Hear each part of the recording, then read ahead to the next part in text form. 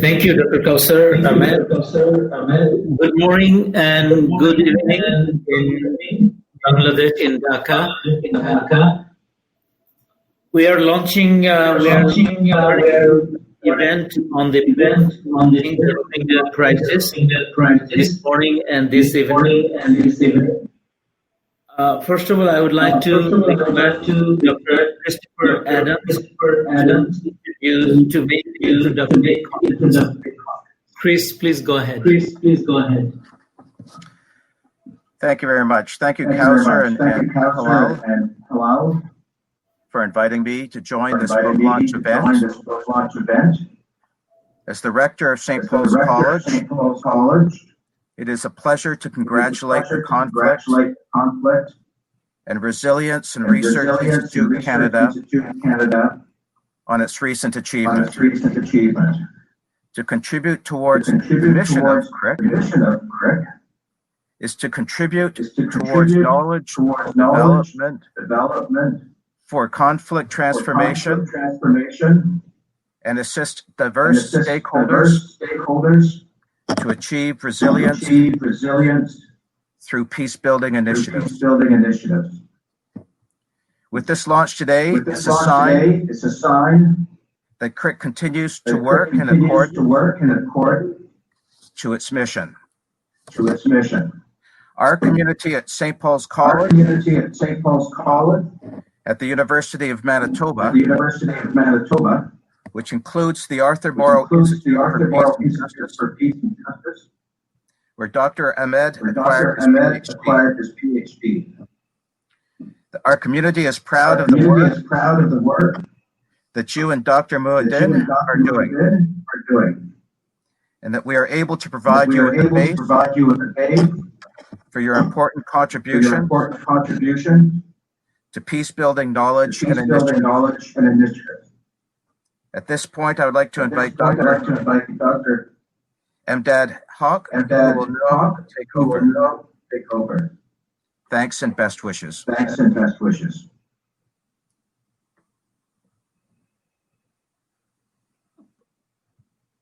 Professor Dr. Emdad, unmute the mic, please.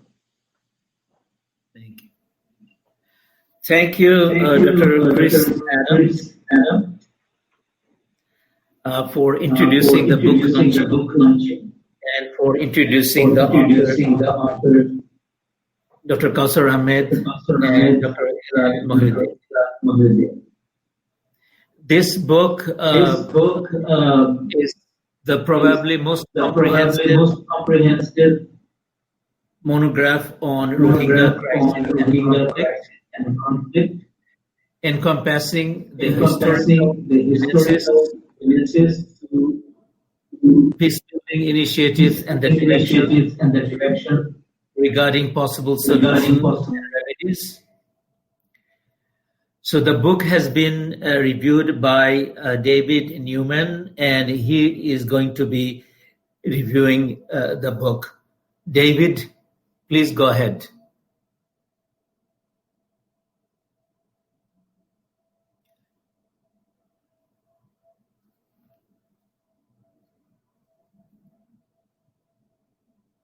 Mr. David Newman, can you hear me? Or Dr. Kausar, can you help me to ask him to make his comment about the review of the book? I'm David Newman, and I'm speaking from the 25th floor of a building in Winnipeg that overlooks the Canadian Museum for Human Rights. I see this book in the context of the whole challenge facing humanity, which I put under the rubric of human insecurity. This book took courage and service above self to research and write. Not surprisingly, Dr. Kausar Ahmed is a Rotarian whose motto is service above self. And both he and his co-author, Halal Muhaddin, a friend as well, are peace builders, sharing their wisdom with the global human family to help advance positive peace in practical ways.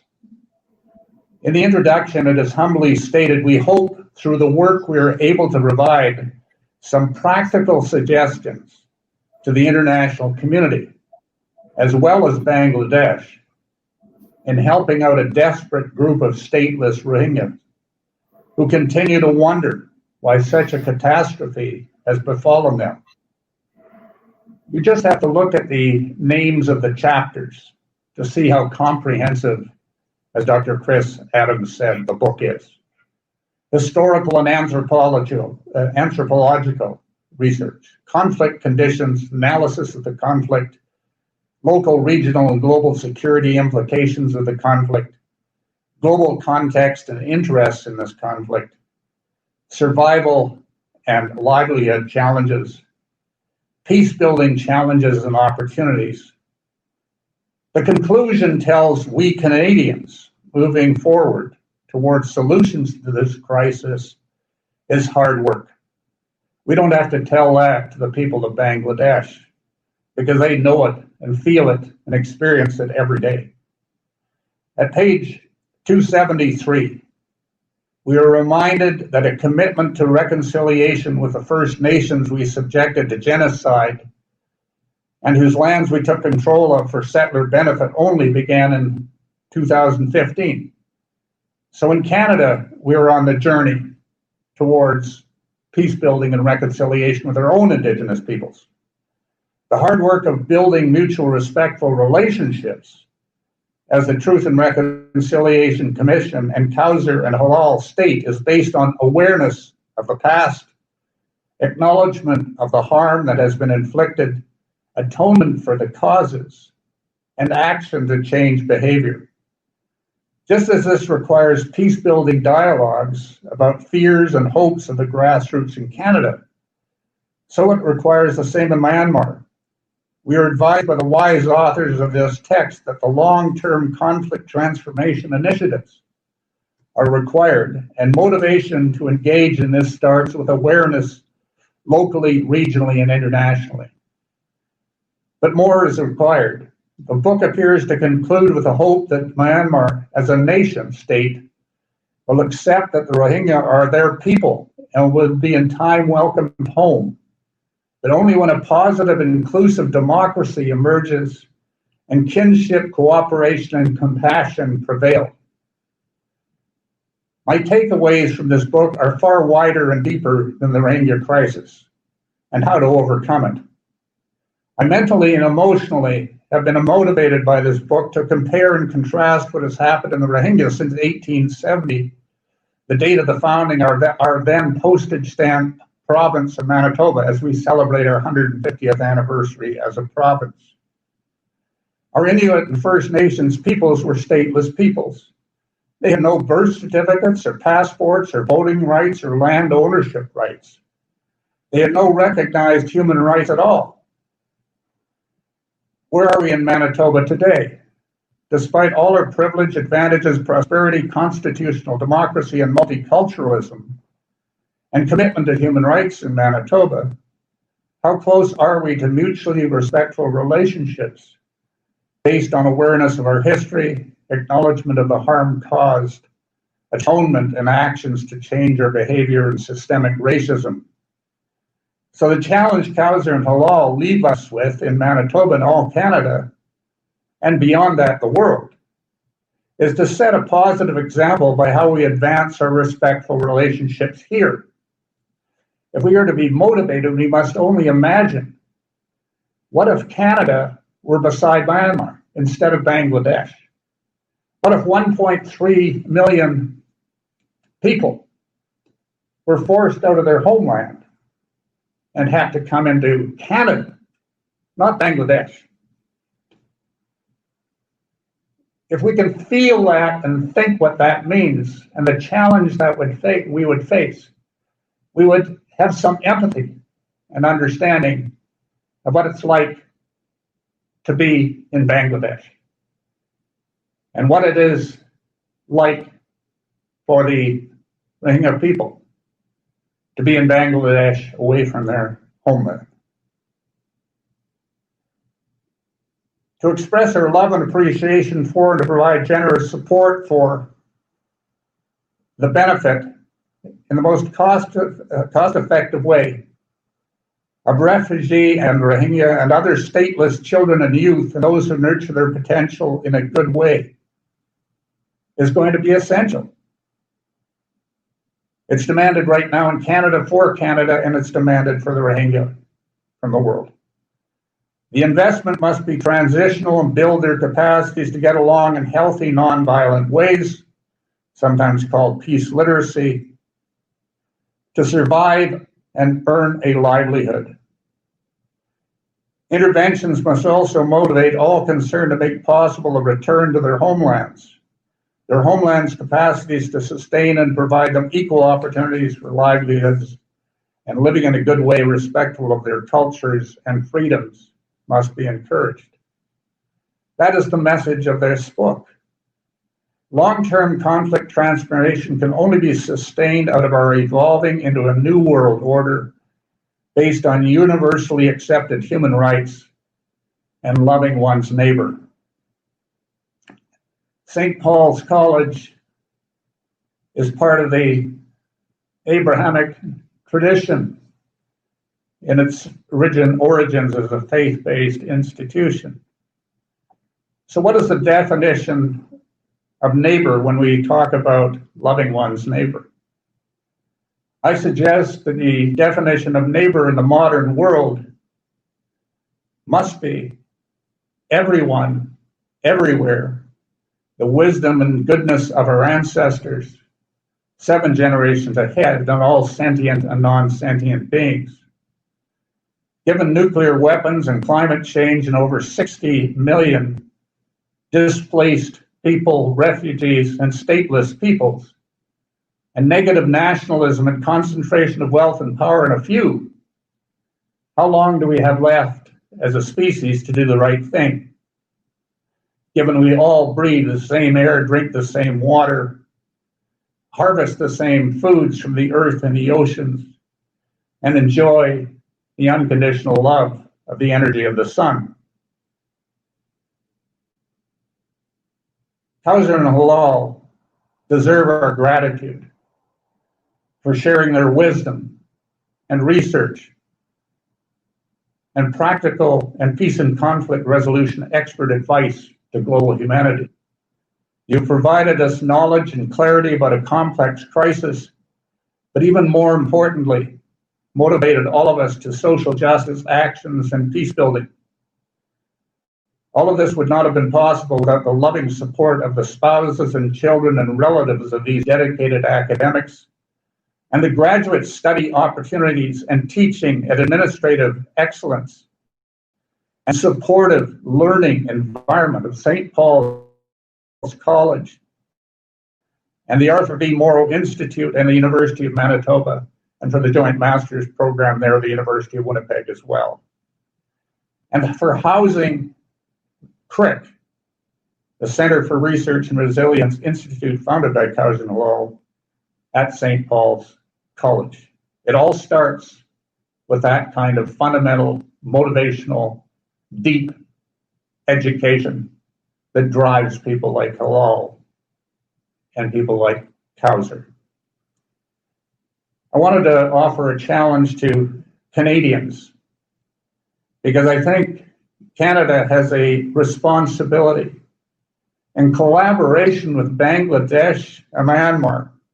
And given there's an election, a general election there, November 8th, 2020, and an anticipated probably landslide achievement of government by people that are well known now, I see opportunity.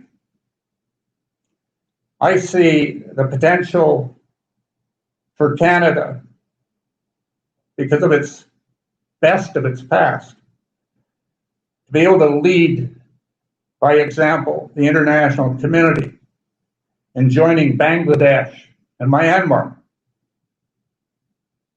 in serving as a humble example for the world for repatriation and peace building of the past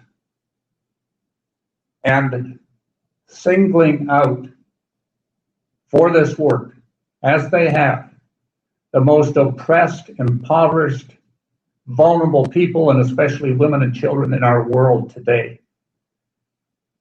So if this can work, it can work anywhere else. That is our challenge.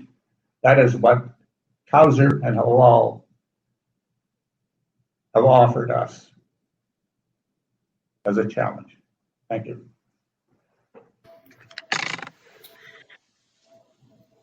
Thank you, Mr. David Newman.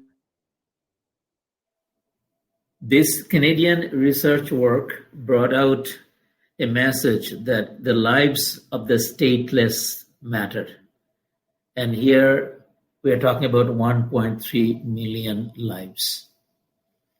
So now I would like to introduce the authors of the book, Dr. Kauser Ahmed and Dr. Hilal Mohiuddin. Dr. Kauser Ahmed is the Executive Director of the Conflict and Resilience Research Institute based in Winnipeg, Manitoba.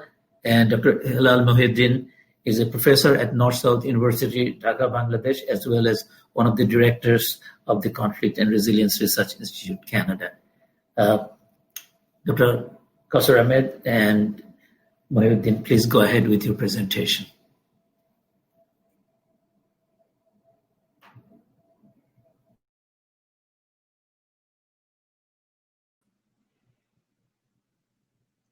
Thank you very much, Professor Imdad, for your generous introduction. And I thank all of the attendees today to take the trouble, and especially in Bangladesh when it is almost past 9 p.m. I just briefly talk about a couple of things that I was very much was waiting to share with you today. And this is about the future research and what we actually spoke in our book. So I'll just share a couple of slides that I thought that would be useful today. And I think these are up now. I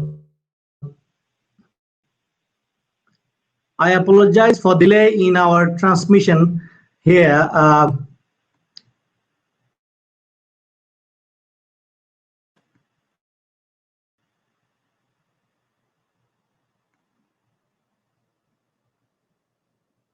So as the slides come up, let me continue.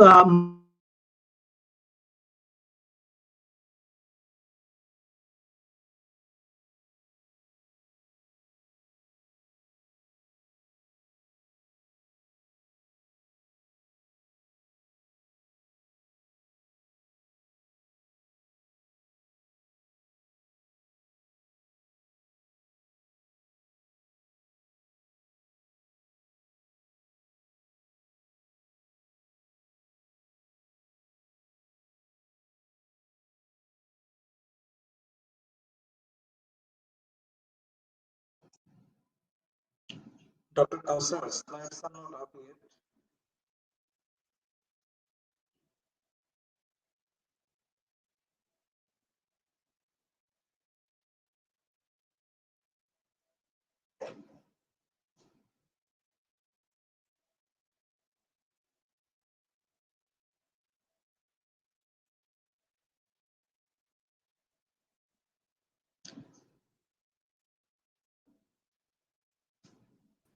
And please bear with us. So what I was explaining is that we took a holistic view of the conflict, and we analyzed actors' motivation at macro, micro, and meso level, given our idea that there are a whole group of actors involved at all the levels. And this was actually the cornerstone of our conflict analysis. And then we moved on to understanding the geopolitical and geoeconomics of the conflict, because to us it appeared that if we do not come up with solutions at the macro level, it would be very difficult to actually translate the resolution at the micro level. And this kind of motivated us to outline a number of geopolitical issues at hand, and especially our main focus was kept on to China, India, and Japan, and their profound involvement in the region. And especially our study laid out quite a bit about Chinese Belt and Road Initiative in this whole region. Actually, we analyzed the whole issue of Chinese involvement in the Indian Ocean region. It's not that we only focused on Myanmar. We actually studied the impact of Chinese Belt and Road Initiative throughout the Indian Ocean region. And also we studied Indian involvement in this geoeconomics through their multimodal Kaladan project. And we kind of analyzed it from both security and development perspectives. And also, quite interestingly, Japan's involvement also came out quite strongly in this area, and this kind of translates Japan's stand in many ways to support Myanmar in this whole region. Also, in our book, we analyze the number of regional groupings. ASEAN comes to the mind first, but nonetheless, there are a number of economic groupings are at play in this region. Bangladesh is also very much part of it, and how these economic groupings could actually influence the conflict. That was our main focus of analysis. In the security chapter, we analyzed and we spoke about global, regional, and local securities, and we spoke about how this conflict can exacerbate in all these three levels. And today I'm also going to emphasize on the security aspect a little bit because I think we need ongoing dialogue on it. And finally, we spoke about several peace-building avenues. And given the some core assumption that the epicenter of the conflict is in Myanmar, and I think both from the global, regional, and local perspectives, we are kind of handicapped to undertake some of the peace-building measures in Myanmar, given the situation. So this is all about our analysis and book. Now I'm going to just share with you some of the ongoing research that Conflict and Resilience Research Institute has undertaken. First is statelessness. We have launched a project a month ago, and we're going to study how various stateless groups in the world have come about and how they are living their lives in various desperate conditions. Of course, Rohingyas are top of the list, and we are going to study and find out what could be the resolution of those stateless persons in terms of their identity, in terms of their resettlement, and so on and so forth.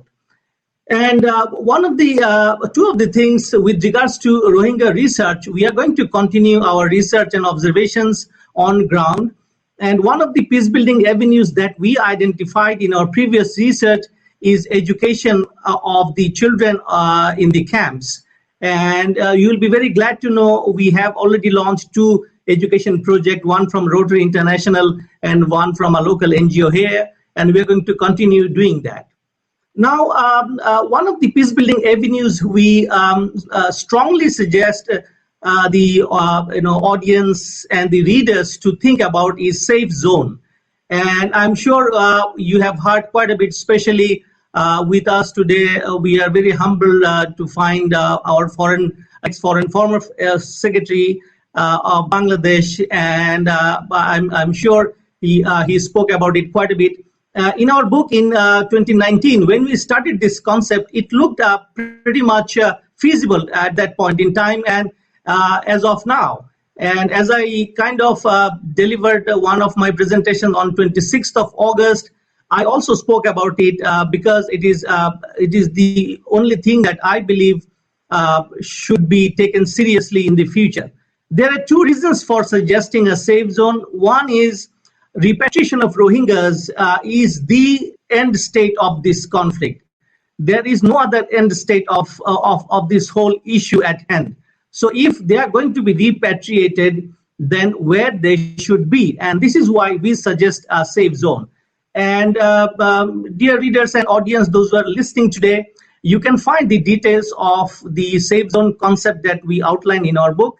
And I can also refer you to the latest publication written by our former Foreign Secretary of Bangladesh.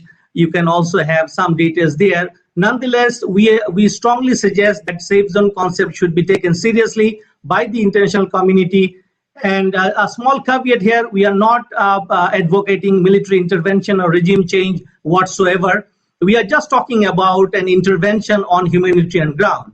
And we have tools in our hand. We have suggested to take a closer look at the responsibility to protect and also how to kind of build a coalition of willing. And here, my own country, Canada, stands in a big way because Canada has resources and willingness. Past 3 years, Canada showed willingness to participate in the conflict intervention, and that is why, as Canadian, we are very proud, and we think Canada will again take a strong stand in terms of safe zone in the future. And finally, I would like to conclude here by saying that Rohingya conflict could be a protected one. And we as a researcher in the conflict studies and peace building analysis, we strongly feel that a conflict must not be allowed to go into this protracted nature. And there could be something done beforehand so that it doesn't go into that direction. And that is why on the eve of third year of largest exodus, we strongly suggest from the Institute that international community should be rallied together and bound together to undertake those measures so that Rohingyas are not stuck in Bangladesh for generations. And to speak about Bangladesh and the host community, you all know about the current situation, and I am particularly, I would say, anxious here, thinking about and seeing about the ongoing security situation deteriorating in the camps, outside the camps, and this is why we suggest that we should do everything at our hand so that this conflict does not become a protracted one. So here I end, and thank you very much for your encouragement. And we need support, as David Newman rightly mentioned. It's a small organization, so in whatever way you can extend support, we would be honored and we'd be humbled to receive your support to further our research and activities in the field of peace building and conflict intervention. Thank you. Have a nice rest of the day. Okay. Good morning and good evening, distinguished guests. Dr. Kaushal has given an outline of the research that we have already completed, but we have something in mind as well, because we have been keeping an eye all the time on the emerging crisis and other problems that are taking place in the Rohingya camps and beyond. So some of the observations need to be shared with the global community. On the one hand, with geopolitical and geoeconomic crisis mediation measures, that's for sure. We don't have any other alternative to that. And how to do that, as Dr. Kaushal mentioned, that establishing a safe zone is a way. We have today here is former Foreign Secretary of Bangladesh. He is a veteran in this area, and probably he will be shedding clearer light on the safe zone concept and how it can be practically implemented in this situation, especially the present situation. Other than that, we have been thinking about something different. It's a new idea. It's a peace repatriation economy. This is a completely new idea that we have been talking over the last 1 or 2 years, that if there is a safe zone, these people need to have livelihood. It would not be military intervention for sure. International global stakeholders, civilian stakeholders should take care of their livelihood there. But during that time, probably the economic interests of the big countries like China, India, Japan, and Russia, that are roadblocks. We can meet their economic needs as well at the same time, engaging these people in the safe zone in economic activities. So it is key. We need to discuss in greater length in the future. arranging different sessions in the future as well, just to discuss about the peace repatriation economy concept. And then another measure would be diaspora dispersal. What is that? Just let me tell about you the idea. Tell you the idea. At some point, we need to have these people, especially Rohingya people in different countries globally, especially the countries that have immigration programs through legal means. And Bangladesh will need to issue a third country exit visa at some point for sure. Otherwise, it would be a big problem.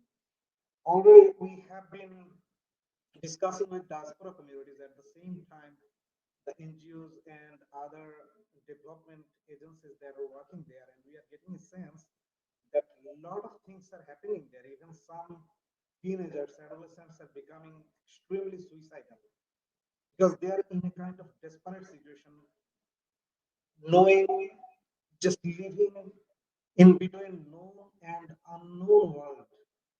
They don't know anything about outside world at this point. What is happening in the outside world? We are talking about them and we are voicing their needs. Sometimes these voicing are lacking their own voice.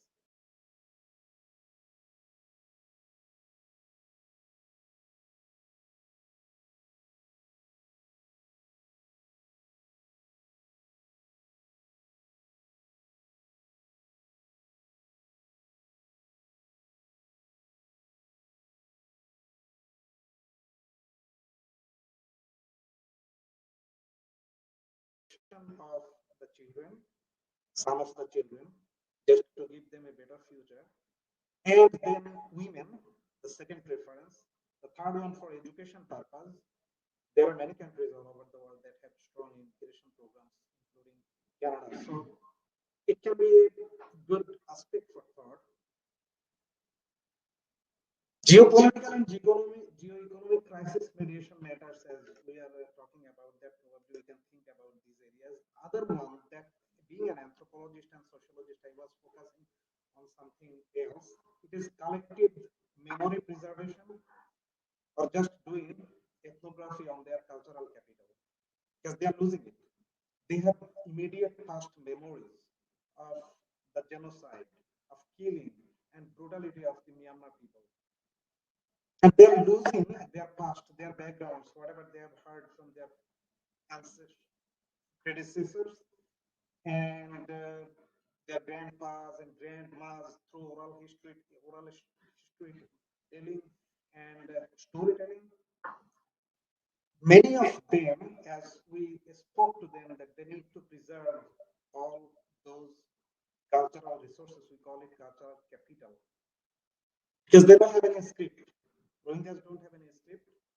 They don't have literature, strong literature base. They don't have any strong database. They actually don't have anything that can be used to justify or means that they are also an ethnic group that need to be recognized globally. And if this situation continues, then what will happen? The Myanmar authority would always try to establish their position that these people are intruders, they are Bengalis, they are outsiders, and that is why Myanmar has taken that drastic measure. Probably they will be able to establish their narrative, and we don't really want them to do that. And for that reason as well, we need to have enough ample evidences in our hand that no, they have 500, 600, 7 years, 100 years of history that they can even tell through oral storytelling that they heard from their grandpa, grandma, and others.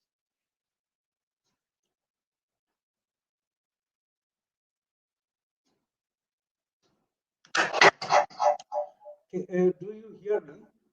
Yeah. Do you hear me now? Okay. I don't know. Yes, probably it was not audible enough. So collective memory preservation is a very important thing, and we need to do a lot of ethnography there. Although we did not have that opportunity, our anthropologists or sociologists are not allowed to get into the camp for security and other reasons. We know that there are security threats as well inside the camps, especially after the evening, it becomes a different world, and people are in extreme fear, especially the Rohingya people. And the very last one that we need to focus into about another research area, it is freedom from fear. They are extremely afraid and frightened. They don't know where to go because their situation is completely different from other refugees all over the world. Other refugees know that they have a destination, either they're in the safe zone or they will be going somewhere else from their camps. But for Rohingyas, they don't know anything. Whether they are going to be killed here in Bangladesh, they have that fear as well. And that rumor is quite strong that they will be sent to different island areas. Bhasanchar is one that has prepared for them, and there are a lot of rumors that it will be a kind of concentration camp for them. They believe that. Many of them believe that. We need to make them free from this misconception and misperceptions. It is for their betterment, and we need to make that very clearly understandable to them. Probably we haven't taken enough measures to make it comprehensible to them. And other than that, they have different types of fears. At least, okay, we can't just express it in numbers. Completely fearful people. We need to make them free from fear and give some hope that, look, you need to build your confidence. We'll be having some ways out for sure. So wait for the good time. How can we say that? We need to have credible research, credible anthropological and sociological research. And we are going to undertake two different projects, at least one. It's a collective memory preservation or different types of ethnography on preserving their cultural capital through oral historytelling and storytelling. This is going to be one measure soon. And the other one would be freedom from fear intervention projects. As today, distinguished guests, we will be requesting you just to share your ideas and thought on our ideas and extend your help in as many ways as possible. Through different research, it could be through different research projects, or group projects, or joint collaboration with different institutes. You might have different connections and networks to know who are working in these areas and in these fields. And your advice would really enrich our camp and our research agenda for the future. Thank you. Thank you, Dr.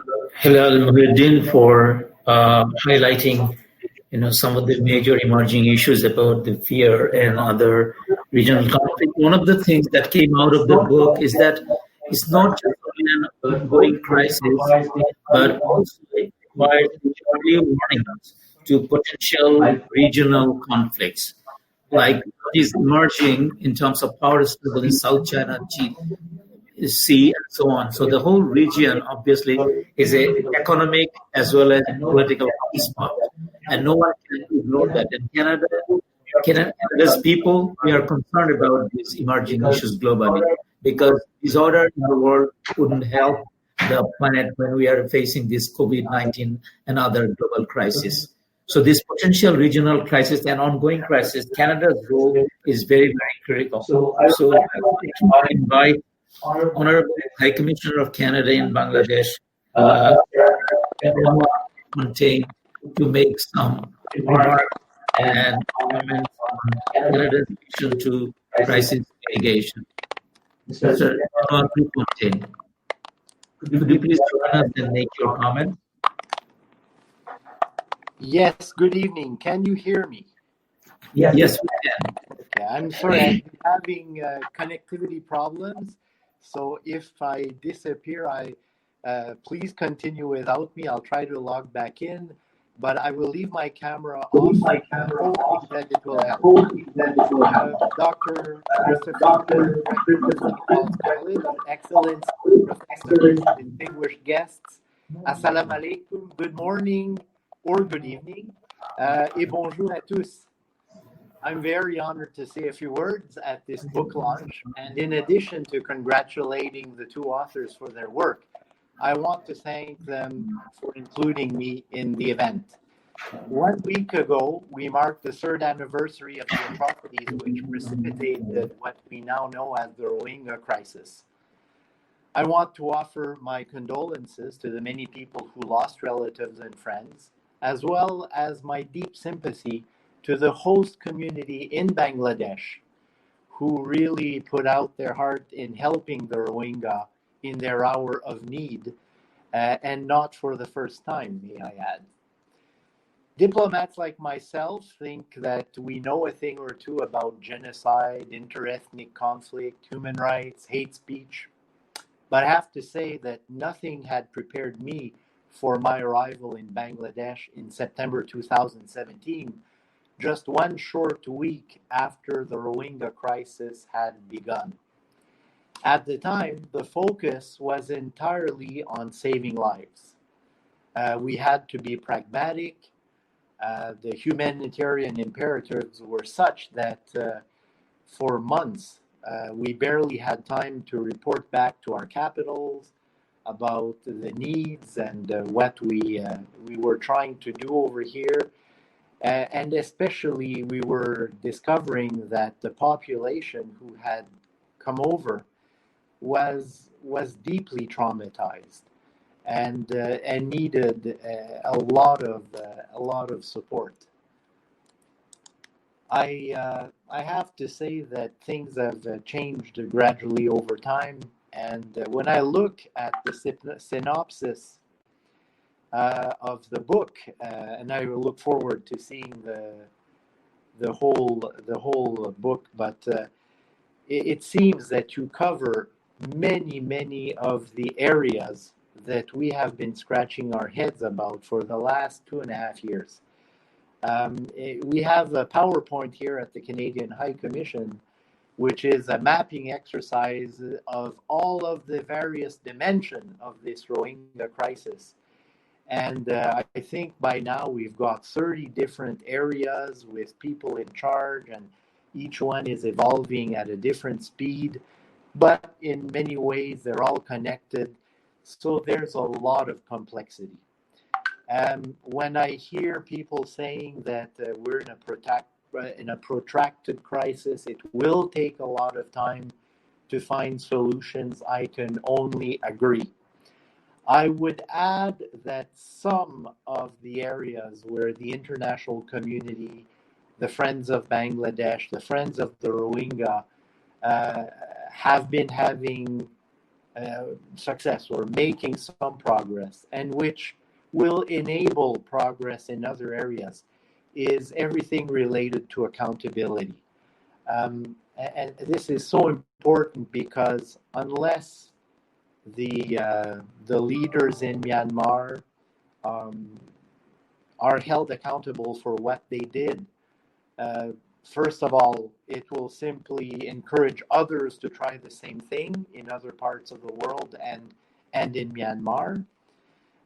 But secondly, it's unlikely that Myanmar will change to the degree that's required unless we find ways, leverage, to make them rethink their position. Another area that I'm extremely pleased to hear what the authors were saying a few minutes ago about is education. I would add to that livelihoods and skills, life skills.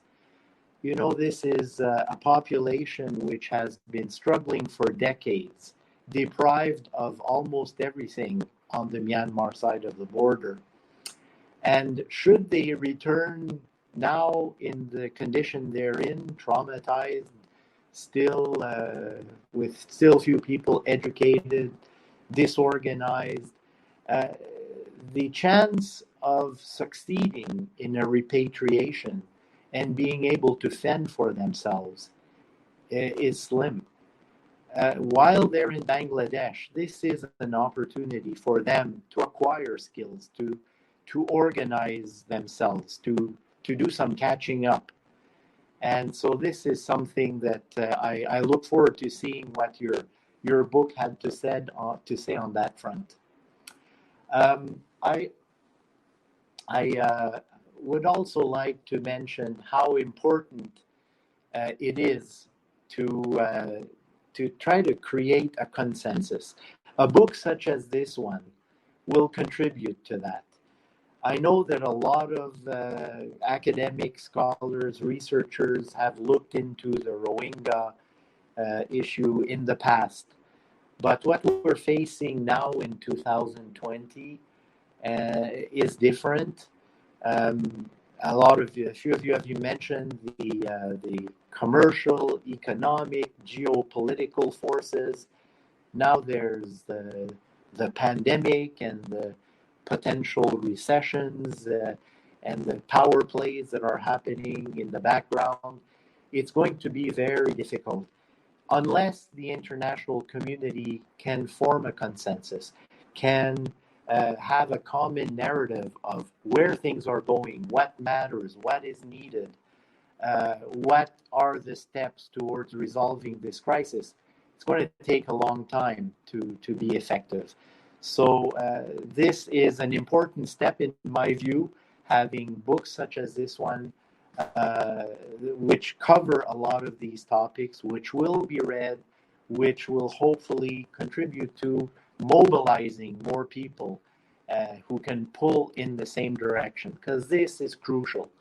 Canada is really, really trying to do as much as it can to help the Rohingya in Bangladesh through this crisis and help Myanmar overcome the challenges in their own country, which need to be addressed. But by ourselves, I know that there are limits to what can be achieved. We really want to be working with others. And to the extent in which your book can get others around the world to understand the dynamic, to adopt the same narrative, that will be an important contribution. As a native of Saint-Pierre-Joli, Manitoba, I'm particularly proud that the two authors are from Winnipeg and have roots over there, and that St. Paul's College is involved in this. I'm very proud of the many things Canada have done to date. As I mentioned earlier, there are limits to what our country on its own can be. So I see ourselves as cheerleaders and trying to rally support, mobilize others, lead by example whenever we can. And this is what our Small High Commission here in Dhaka will continue to do. We work as closely as we can with our Bangladeshi counterparts, the Minister of Foreign Affairs and other ministries. And our job is to advocate very often. So I know to some of the Bangladeshi officials, we sound like broken records with all our prescriptions for what is needed, what to do next, how to help the Rohingya. But we will continue to do that. And we hope that over time, there will be concrete signs of progress, that we will help the Rohingya find justice, be able to return to their homeland in Rakhine, and that this will become a shining example of what the international community can do whenever a genocide occurs. On this, I would like to thank all of you, congratulate the authors, and I look forward to hearing the rest of the event. Thank you very much. Thank you very much, Mr. Prefontaine, for your on-site experience-based as well as reflective comments. It is extremely helpful to highlight Canada's help and role in this crisis mitigation. We thank you and appreciate your participation in this event. Now I would like to request the former Foreign Secretary of Bangladesh, who has been dealing with this portfolio for quite significant or considerable period of time, Mr. MD Shahidul Haq, will be talking on Bangladesh's visions towards conflict transformation. Mr. Haq, please go ahead. Thank you very much. Can you hear me? Yes, we can. Okay, great. Because I was facing some difficulties listening to some of the distinguished panelists, especially when Professor Helalbhai was speaking. I missed part of it. So if I don't address some bit of your questions, please forgive me for that. Now, first of all, thanks to the organizer and congratulations to Dr. Kausar Ahmed and to Hilal Muhyiddin for publishing a very well-researched, I must say, and very well thought out book. Congratulations, and I, as the High Commissioner has rightly pointed out, that it will continue to contribute towards enhancing our own understanding, those who are actors in this field, and also in consensus building.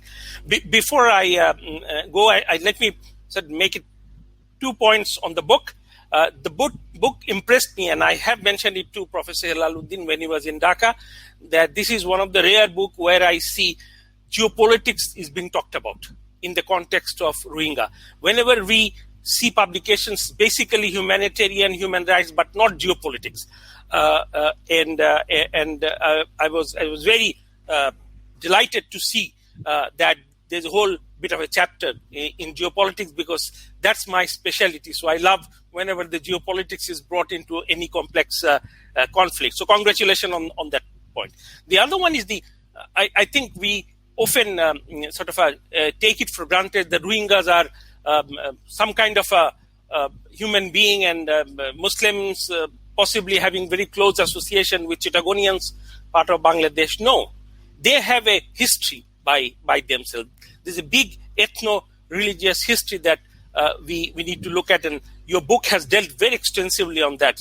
In fact, I remember in 2013 and 14, when we were going to some of our important friends and colleagues and countries with the Rohingya problem. So we could feel that they are wondering that why we are making a big fuss out of this identity issues, and then we decided to write quite a paper, and still I think one day we will publish it as early as 2014. Now doing a big research with the British Foreign Office and the British Library, finding out, including the Baxter report, that what these Rohingyas are. They are not a creation of Bangladesh.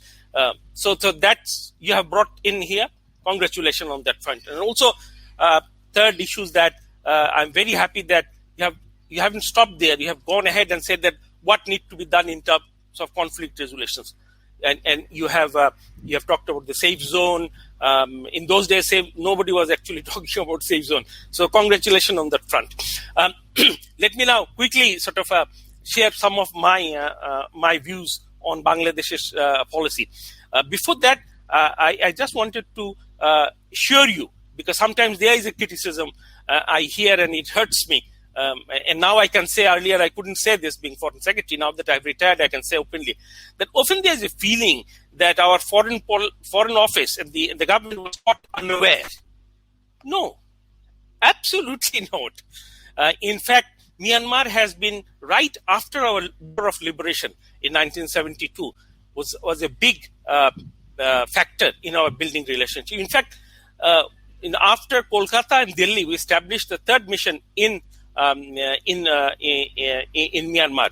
in those days, Burma. In fact, our then Foreign Minister, Mr. Azad, visited a second country after India is Myanmar. So we were deeply considering building a good relation with our neighbor. They had some difficulties because they were very close to the generals of Pakistan and generals of Myanmar or Burma was very close. I mean, there are books written on it now, and they also give safe passage to retreating Pakistani occupation forces, which has come out now through a recent statement by one of their generals, how they used this Myanmar corridor to safely leave after committing a genocide in Bangladesh. So that's something possibly history will deal with. So we were in the Foreign Office. We had always been extremely attentive in building the relationship. In fact, I think one of these days we're going to publish this some of the letters that you'll see our High Commissioner Ambassador was writing in 2007, 8, 11, 12, 13. In fact, in early 14, one of our High Commissioner, Ambassador Sufi Rahman, wrote that the way Myanmar military is organizing, it looks like there are going to be a huge onslaught into Rohingya in the name of fighting terrorism, because that's the buzzword in those days. And exactly that happened. And it's in writing. It came through email, so you can't manipulate those things. When there are more research and more open in terms of our own archive, we will be able to share that. Can you hear me? Okay, because I see a lot of glitches in the so that's one. Now, and I can assure you that also, I think next time when you review come out with the second edition, you should also look at that what Bangladesh government tried to do in 2011, 12, and 13, including discussing these things in the cabinet and having a strategy paper. I think that's something you need to look at. So we were seized with the problem, and we knew this problem is going to unstable the whole region, including our very important resourceful area. So that's something I want to show you. Second, I think we are in a different time now. Two reasons. One, the whole geopolitical constellations has gone through a radical change in COVID-19, and some bit of has come quite nicely in your book. But also the post-ICJ ruling in terms of genocidal intention of the Myanmar has changed the paradigm as to how Rohingya issue is being dealt with. Keep that too in mind, and you'll see that why I'm not in the government, but I'm suggesting that we should bring out the whole issue of safe zone from the closet. Safe zone, I'm very happy that I read your part of the safe zone. Congratulations for that. In fact, at the time we didn't have any bias. We debated for 6 months before the September 2017 UNG and said that do two things. I'll share with you. One, shall we call it a genocide, or we should call it an ethnic cleansing? Number one. Number two, shall we propose a safe zone or a peacekeeping operation? So that was the two. Finally, the Prime Minister Sheikh Hasina decided that we will go with the ethnic cleansing concept, because at the time still things were not evident, and we thought that we should not jump ahead.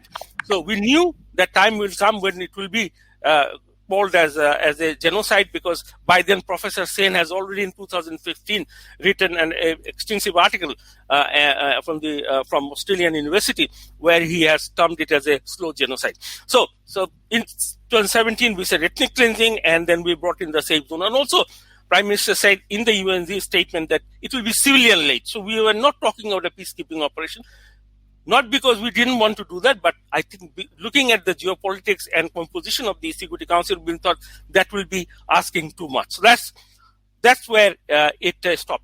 And I'll also share with you, Excellency, the High Commissioner is here. At the time when when our Prime Minister made this statement, it came as a kind of a shock for some of the delegates, including the big countries. And they said, what is this Bangladesh talking about? Look at this history of the safe zone. And now they are thinking of safe zone. How they will make Myanmar agree with it. They bring things. So I'll not name someone called us, the delegations, and said that what you mean by safe zones? So come and discuss with us. So we gave them a two pager. So they were surprised that we did our homework and we were prepared. And, even in Bangladesh, when I briefed the ambassadors in Bangladesh on the safe zone, hoping that somebody will try and support, I had very little support in those days. So why we were talking about safe zone now? So I'm glad that as an academician you had the moral courage and the foresight to see this coming. So congratulations on that. So why it is now more relevant, and Professor Kausar Ahmad has rightly pointed out, it's a post-genocide situation. So there is a genocide committed. So what international community should do? And that's where we are now thinking to link the safe zone with the responsibility to protect. Within the broader framework of responsibility to protect, let's establish a safe zone. And there are examples. I know people say, how the Libya thing went wrong. It doesn't make sense. If one issue has gone wrong or one area it has gone wrong, doesn't mean that will go wrong again. We learn from history and move to make people safe. So I think this is one area that the Commission, everybody should try and look at. And also, I think in terms of future of Bangladesh's policy, I think we should continue to remain consistent and persistent in pursuing a a hybrid diplomacy, but anchored in accountability and justice. This is something very important. In the past, before 2017, 2014, Bangladesh has been very soft on Myanmar in terms of human rights. We said, just take them back. We are not concerned with internal matter. Human rights are never internal matter. It's a global matter. So that's why I think a major change that you see in the Bangladesh approach is the accountability and justice front. I know it is Gambia, but behind Gambia it is Bangladesh. And I know there will be time when people will write books and share how difficult it was, even in the OIC. Some of the countries who thinks that they are the protector of Ummah. We had great difficulties making them convinced, including one in our neighbor in Asia, who actually blocked in Gambia moving forward with the resolution asking OIC to go ahead with the ICJ. So that's some of the stories that need to be told. Now I'll conclude, because I was asked to talk about Bangladesh's vision. I'll give you a 6-pointer in terms of how Bangladesh approaches, conceives, and pursues this. One, that avoid armed conflict with Myanmar. This, whatever provocation comes in, and we had very interesting debate with the Honorable Prime Minister, and Honorable Prime Minister has given a very strong ruling on that even if you are attacked, you will not go into a conflict, because we want peace and stability in the region. We will not go into an armed conflict. So that's one, that no armed conflict, whatever provocation comes in. And they had a helicopter 10 kilometers into Bangladesh on 6th of September, and we had special weapons in that area deployed. We could have brought it down, actually, and it was not done. It was a very wise decision. So no armed conflict. So that will remain a rally. We'll try and bring in stability.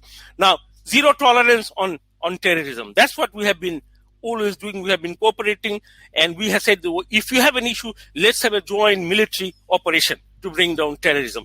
So that will continue to remain second component. Third, Rohingya crisis has been created in Myanmar. The solution has to be in Myanmar. So safe zone comes in very strongly on that. Now, also voluntary, safe, and sustainable return. Voluntary. Prime Minister, despite all limitation, continues to say, no, we cannot push them into an unsafe area. We also want the full implementation of the Kofi Annan Commission report. It's their Myanmar report. So why not they implement it? Because within that, the path to citizenship is there. And the last one is, we have to prevent further atrocities.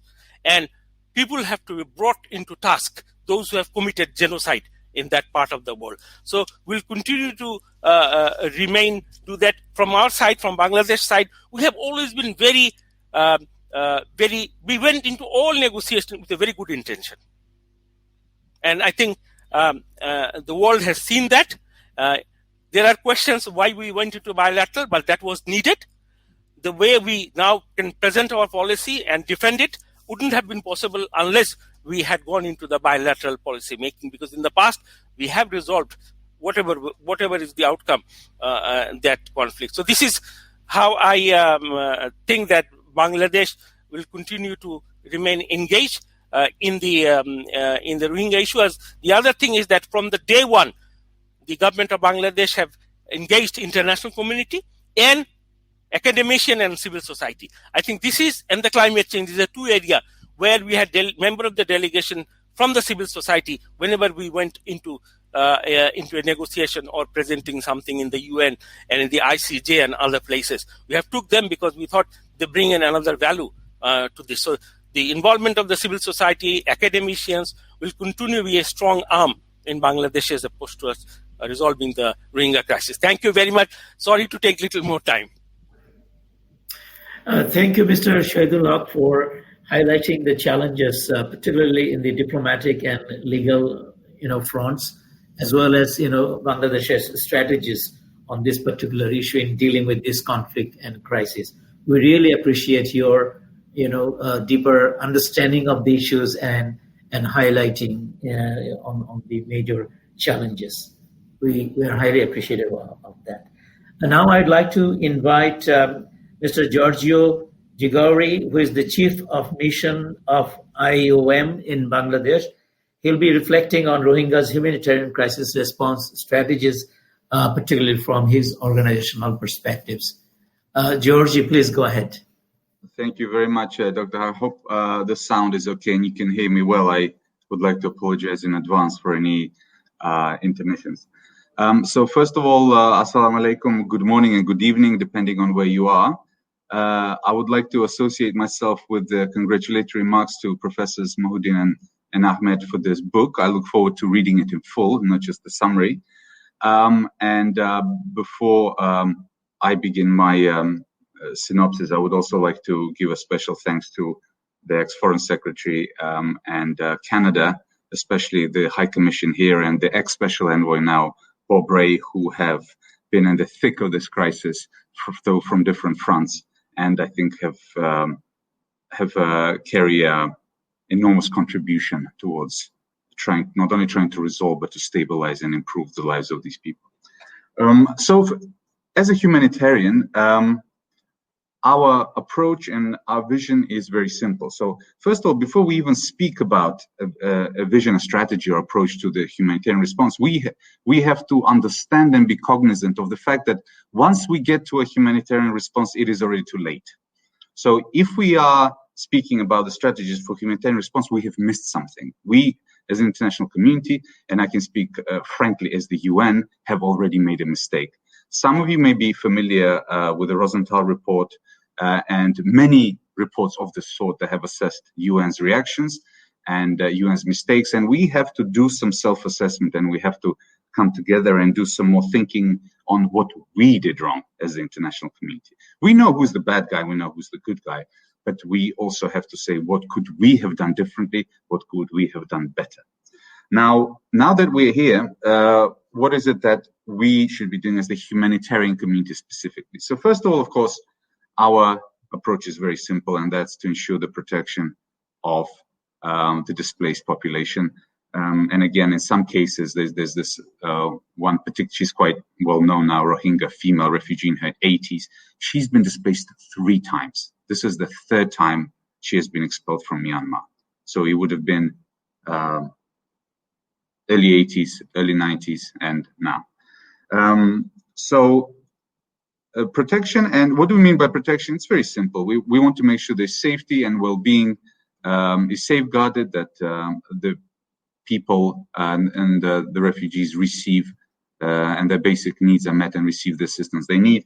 And of course, we also have to make sure that the impacted and the most affected, vulnerable host communities that have received and are hosting this massive population. Let's remember, this is the largest refugee camp in the world, and growing. So, and the host communities, we have to make sure that their needs are met. So at the very least, we can provide some form of dignity and integrity of life of these people, at least in the short term. Secondly, while we talk about the protection and rights, we have to remember that we have to be return-oriented, or rather results-oriented. So if you open an IOM manual on camp management, the first rule is when you open a camp, you decide when you close it and you work towards that date. So we have to remember, why are we here? We're here to make sure that Rohingyas are able to return home. Rohingyas are Myanmar nationals that are supposed to go home, and that is why we are there. The humanitarian assistance is the interim period, the outcome, and the resolution of this crisis. There can only be one resolution to this crisis, and that's return of people to their homes. So while we are focused on the humanitarian needs, we have to remember the big picture and what we are working towards, even though the two seem detached sometimes, and UN most of the time is not party to the bilateral and the some multilateral and the geopolitical discussions that take place between states. There is a role to play and to influence and to nudge things in the right direction. I get asked quite often by journalists, what do you think are the chances of Rohingyas going back? What is the likelihood? And I always say that it's a kind of a strange question to ask. If you're in a classroom somewhere, that's a perfectly legitimate question to ask students to discuss. But if you're asking me, we're not observers from the outside. We are part of this process. We have a role to play. The likelihood of them going back depends on the actions we take. So that's what I mean by return and results oriented, is understanding our role and the significance of our influence as somebody, as not just an observer from the outside, but as entities who have a role to play, and a positive role.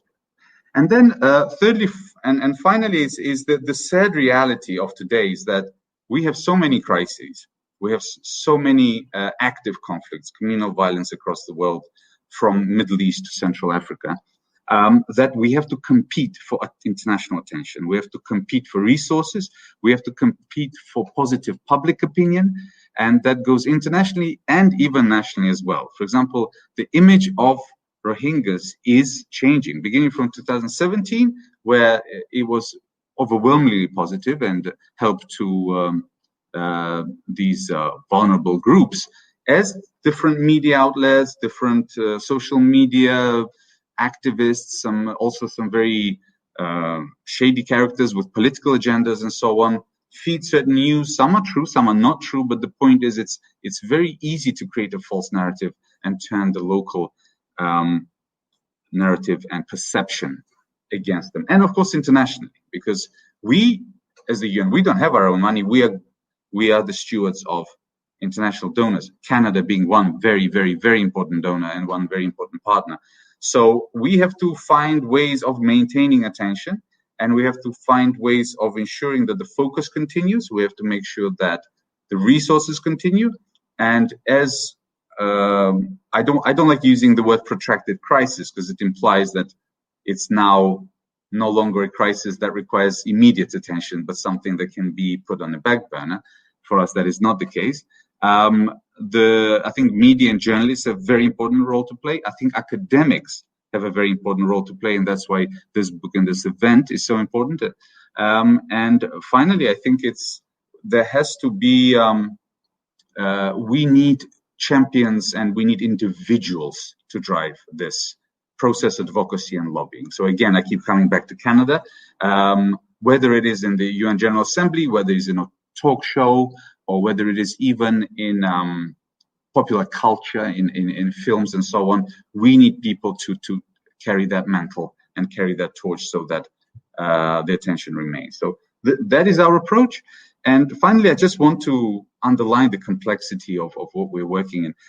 What we're dealing with right now, today, in the Rohingya camps is what we call a crisis within a crisis within a crisis. So we have the humanitarian crisis and the needs that have to be met.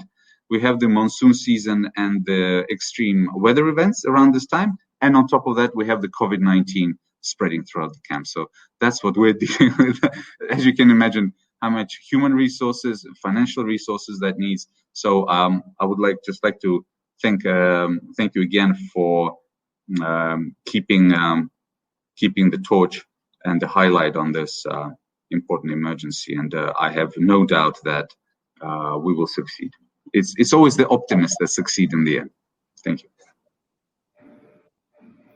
Thank you, Mr. Giorgio Gauri. We appreciate your comments on the role of IOMAMS and United Nations, what mistakes have been done and what could be done right. Before I give it to our last panelist, I would like to invite Dr. Hilal Mohiuddin to make some comment that we missed earlier because of the microphone problem. Could you briefly highlight? Yeah, do you hear me? Am I audible? Yeah. No? No? Do you hear me now? No. No. Okay. Okay. I need to switch the computer and okay. I'm going there and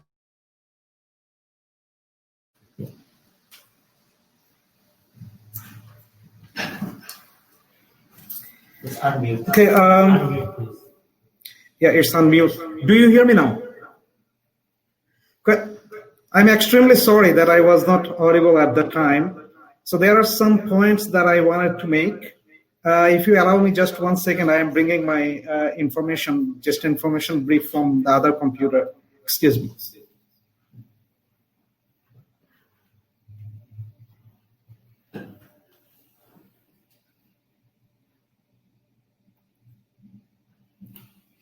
Anyway, I will be very brief and I will try my best to make time only take 4 or 5 minutes. So all good discussions came out. As you have already heard that, let me minimize the echo.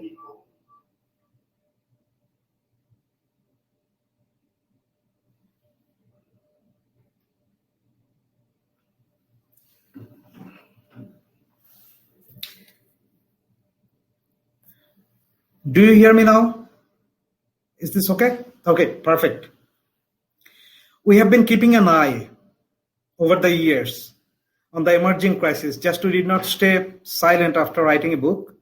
So we have been trying our best to get the sense of new problems that are coming up everyday basis.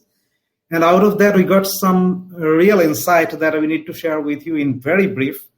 Number one, the safe zone concept. It is one of the most important concepts, as our former Foreign Secretary mentioned. And we also highlighted that in our book in one chapter with due significance. This is very important thing. And in that, we have prepared another proposal that would be written as a paper very soon. It's PRE. I mean, this is Peace Repatriation Economy. This is a new idea that we need to share at greater length with academicians and the civil society people. What is this? This is when people are in the safe zone, probably the civilians will be taking care of that. But during that time, we will also have to take into consideration the competing economic interests of different countries, especially China, India, Russia, and Japan. So we have to appease them in whatever way it's possible. We need a peaceful way for sure. At the same time, we need to make good living for the Rohingya people, those who will be living in the safe zone. So peace repatriation economy is an idea where they would be able to make a livelihood through basic economic means. At the same time, it will be helping the big economic interests as well. If they are going to install a special economic zone there, they can work there.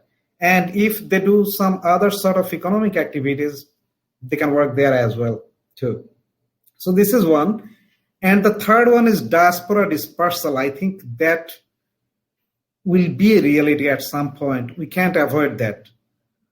Bangladesh can't contain 1.3 million. By this time, we have heard from different unsolicited sources. They are not just appropriate sources, but we must share with you that 100,000 people are already missing, and every day some people are missing. They are going somewhere, and we don't know where these people are ending up going. So people are missing from the camps, and a lot of other happenings are there. They don't have their own voices. They can't voice their problems, but we are voicing them. And in expressing their voice, the second-hand voices are not sometimes accurate. So we need their voice, one thing. And other thing is that we need kind of dispersal internationally, globally, through immigration processes, through legal processes. This dispersal is not in negative term, but diaspora dispersal, it is a positive term. There are children. They need to get first preference, then the women. Okay, so many countries adopt through their immigration system. Adoption system should be eased out at some point. So third country exit visa restrictions that are now still enacted in Bangladesh context. Probably we need to ease that and relax that at some point. So this is for the safe geopolitical and geoeconomic factors. Other two things are real need at this time. I believe they are anthropological and sociological needs at this moment. Number one is collective memory preservation. I mean, we need to do a lot of ethnography inside the camps. Why do we need to do that? The Rohingyas don't have their own scripts and their own languages. So they are losing everything. They have in their memory only the latest, the past memory, recent past memory of the genocide and killing and extortion and everything. And it is really taking down their self-worth and confidence they can't really think themselves as proper human being. And one of the researchers in Bangladesh is using a term subhuman. He is to be my colleague, though, in Chittagong University. So just the subhuman label does not capture their economic and livelihood condition. This is a very grim situation. In this situation, we need to preserve their collective memory. We call it cultural capital. Whatever they have learned, they have heard from their predecessors, their ancestors, and their grandpa, grandma through oral history and storytelling. This was one of the biggest resources. In the livelihood section of our book, we have already mentioned that these people used to get a lot of information of their past 500 years, 600 years, 700 years.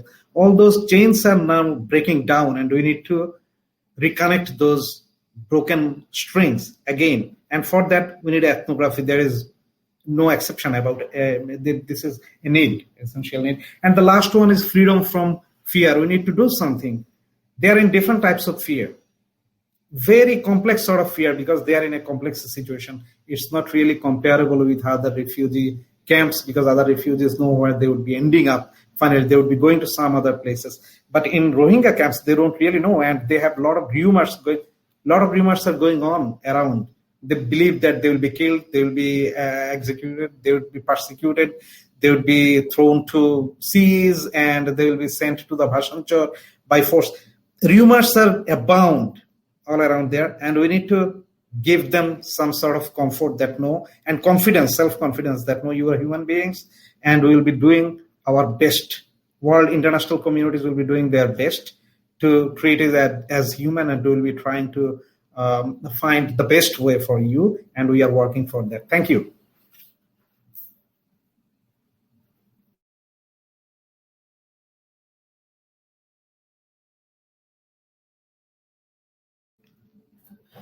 Thank you, Dr. Halal Mahuddin, for highlighting those points that some of us missed earlier. Before I give it to our next or the last presenter who will make the concluding comments, I just want to underscore one point, that a book is a knowledge product. And its role, knowledge product, they create different type of impact. So what really matters is the basically impact. So this book has got probably the most comprehensive history as well as analytical perspectives. So we hope that you will take the message and make sure that this book, the messages that are embodied in this book, will have an impact at the practice level, at the operational level, because knowledge itself cannot do anything. It's a means to an end. So in terms of highlighting, the ideas are there, the knowledge is there. So today's dialogue and this deliberations, we expect that these messages will transform into different type of practice. Now, to make the concluding remarks, it's my pleasure to introduce Dr. Mohammed Zaman, who is a internationally reputed specialist on resettlement. Not only that, he is also a professor at Huai University in China. He has written extensively in recent years in international journals, newspapers, magazines. He's very well known about these Rohingya refugees. So we'd like to hear from him about these concluding remarks based on our presentation today, as well as about the book. Dr. Zaman, please go ahead.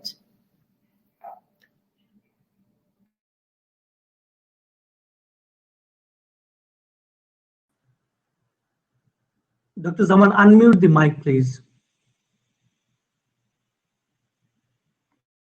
Can you hear me now? Hello? Okay, thank you very much. A very good morning to you. I am in Vancouver, and thanks Dr. Hawk, and thanks to the author, Dr. Kausar and Dr. Halal Mahuddin, for inviting me. And I'm very pleased to see this distinguished panelists, including the former Foreign Secretary, Mr. Hawk. First of all, I want to congratulate the authors. Indeed, I read the book long before all of you. as a reviewer for the publisher and was very impressed by the content and the quality of the book. I have been writing on the Rohingya crisis since 2017. And until now, I guess I have contributed more than 30, 35 pieces short pieces on Rohingya in journals in Bangladesh and globally. And I think the book carries a lot of weight, both as what Dr. Hawk said as knowledge product, and that has to be used for policy purposes. And I'm sure there will be tremendous impact of this book, particularly the issue of what has been discussed so much today of safe zone, and I'll come back to that later. Concluding remarks are not easy. These are challenging jobs. A lot of people say a lot of different things. And these are issues that can be debated, discussed. But I'm going to take the privilege to say what I want to say, summarizing the points from various contributors and panelists today. Now, let's start with Bangladesh. Bangladesh has been a very good host, unparalleled given its own situation, given our own history of population displacement during 1971 and our own exile in India. Many people have congratulated Bangladesh, for sure, but I agree with the Foreign Secretary, who perhaps for the first time I have heard publicly that Bangladesh was not sort of very responsive to the issue of rights. In 2017 act or agreement, which Bangladesh did very hurriedly with Burma, the whole issue of human rights accountability that we are talking today was under the table. The push was let them go, let them push them back. And it has stayed with us. And this is not going to go away very soon. We have just, finished year 3. And I'm so impressed that the year 3 generated a lot of discussion on the Rohingya issue within Bangladesh. And in the last 2-3 weeks, there have been a lot of seminars, discussions, online meetings. And again, online is become very popular, because of the situation in which we live. I would say the Rohingya issue have been discussed very widely in the last 2-3 weeks compared to the last 2-3 years, really, except the fact that there was an ongoing issue, people want to talk about it. And I can understand the role of Bangladesh Foreign Office and the summary that the Foreign Secretary said. The 6 points are very good. There is no issue with that. And it reflects the position of Bangladesh, not being aggressive, but being very polite, but very, very, very just, and also a dignified and resolution of the situation, which is definitely very appreciated. Now, as a Bangladeshi and also as a Canadian, I want to focus on the role of Canada. And I was very impressed by what the High Commissioner said today. Canada did as much as Canada could do, but there is still a lot to be done, really. Canada came during the very early crisis, early time, the appointment of Bob Rae as a special envoy, and the international mobilization he did was very appreciated. Canada also provided close to $100 million to the Rohingya rehabilitation and a relief, which is very much appreciated. But I think the interest has sort of waned down, has gone down really very much. Bob Rae was effective, but it did not take the issue anywhere. But Canada cannot solve it by itself, I'm sure. And the other hope that I have about Bob Rae, who's being a very good public servant, a politician, very knowledgeable person. He is now Canadian, High Commissioner to the United Nations. And I have some respect for him, and I hope that he will continue at the international level that is required Canada to take the lead. What is the future of repatriation? Very complex, as various people mentioned. It is not going to finish very soon. We should take a very long-term view of it. And the long-term view brings those issues that Helal Mohiuddin said with regard to this, the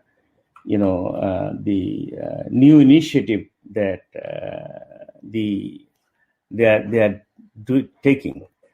It also involves looking at Rohingya economic, and social development in refugee camps. It also requires designing multiple options. One definitely on the top, as the IOM representative said, is the repatriation with dignity, citizenship rights, which will take a long time really. Why? Because Burma, even today, after so many years of independence, in the 60s, is fighting itself as a country. We have to understand that. Burma is fighting with its own ethnic groups, with its own people, not only Myanmar, the Karen people and other various minorities. There are long-running, issues within Burma. So within that long-running political problems and ethnic conflicts, Myanmar ethnic Rohingya is a very small issue because they are still fighting within. And this issue, Rohingya issue, is also very sensitive because of the whole issue of Myanmar ideology, and because Myanmar belongs only to the Burmars, the Buddhist, nothing else. Okay. And they don't want to understand the, and accept the, multi-ethnic concept of the country still. So this is an internal thing. So if you want to improve the situation in Myanmar, these are issues that have to be resolved first by Myanmar itself. So if I want to go back to what the secretary said, foreign secretary, the resolution lies in Myanmar, not in Bangladesh. Bangladesh has done its job. But Myanmar is not ready as a country to deal itself. The election is another, routine political event.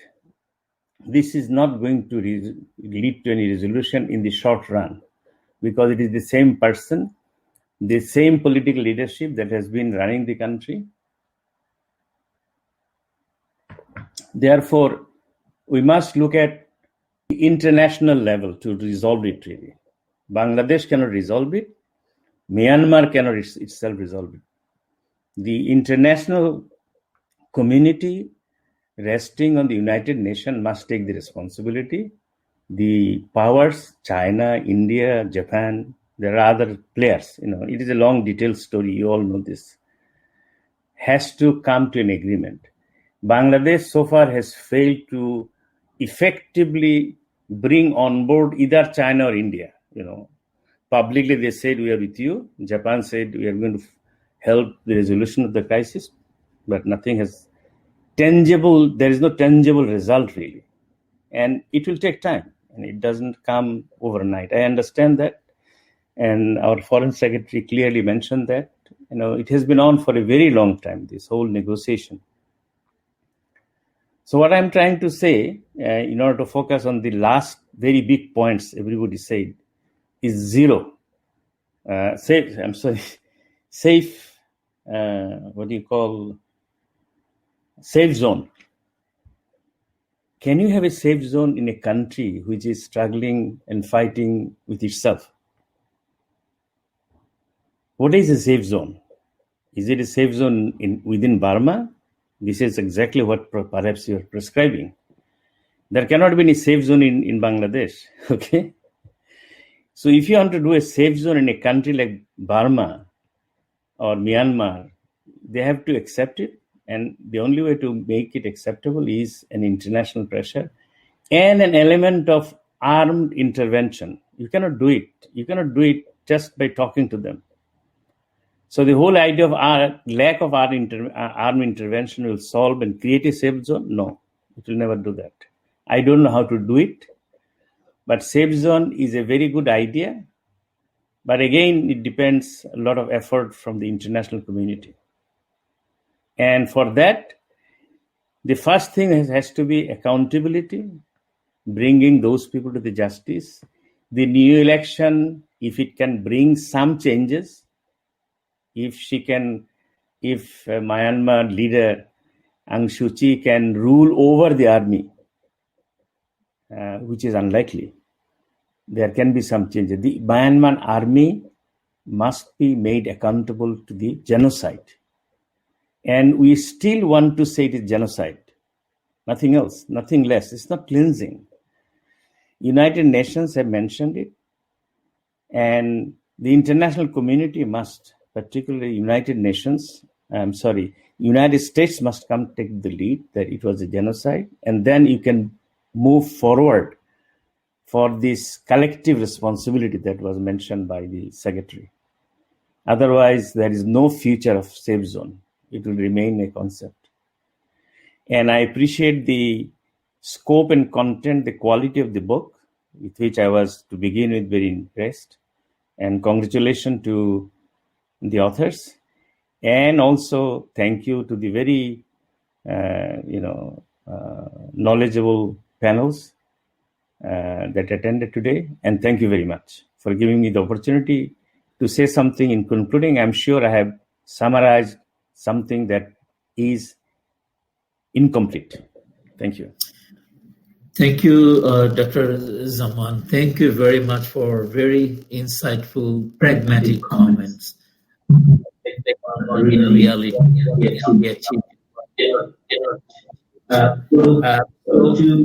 to close the session, I would like to